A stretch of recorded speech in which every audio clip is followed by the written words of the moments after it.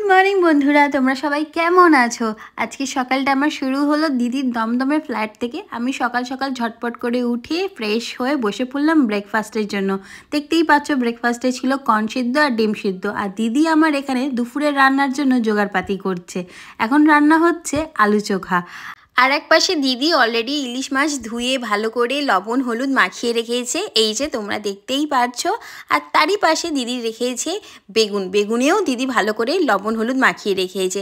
আর কিছুক্ষণের মধ্যে দাদা এসে রান্নাঘরে ঢুকে গেল। ব্যাস, এবার দাদার রান্না করার পালা। আমার তো খুবই মজা লাগছে যে দিদি জামাইবাবুর হাতে রান্না খাবো। আর তোমরাই শুনে নাও জামাইবাবুর মুখে কি কি রান্না হয়েছে। মাছ ভাজা, মাছের তেল আর মুড়ো ভাজা, মসুরির ডাল, আলু চোখা, বেগুন ভাজা।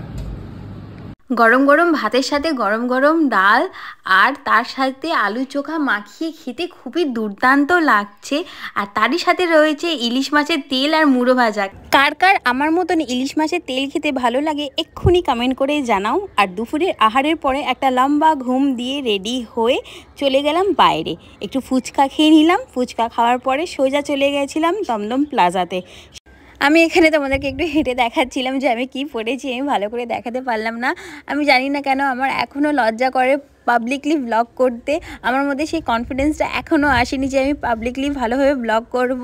যাই হোক গিয়ে আমি এখান থেকে একটা জামা কিনছিলাম বিশ্বর জন্য, ওর সামনেই জন্মদিন, তাই কিনে নিলাম এখান থেকে একটা ওর জন্য জামা। আর তারপরে আমরা সোজা চলে গেলাম সাংহাইতে গিয়ে আমরা আজকে রাতে ডিনারটা সেখানেই সারবো, এটাই প্ল্যান হয়েছে। তো চলো যাওয়া যাক। আর তোমরাও দেখে নাও একটু সাংহাইয়ের একটু অ্যাম্বিয়েন্সটা কেমন।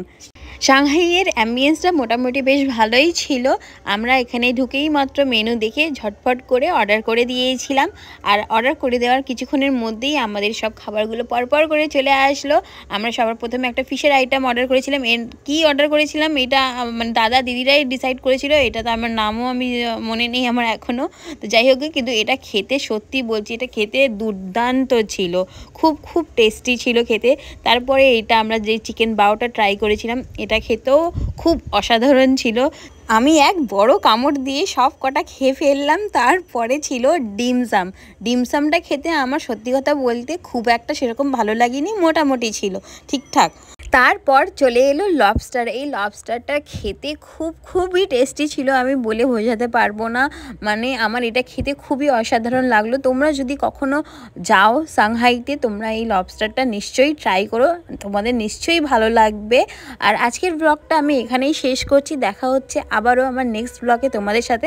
এই রকম আরও ভালো ভালো আমার ব্লগগুলো দেখার জন্য আমার চ্যানেলটিকে এক্ষুনি করে নাও সাবস্ক্রাইব, আর লাইক আর শেয়ার করতে কিন্তু ভুলো না। ওকে, বাই।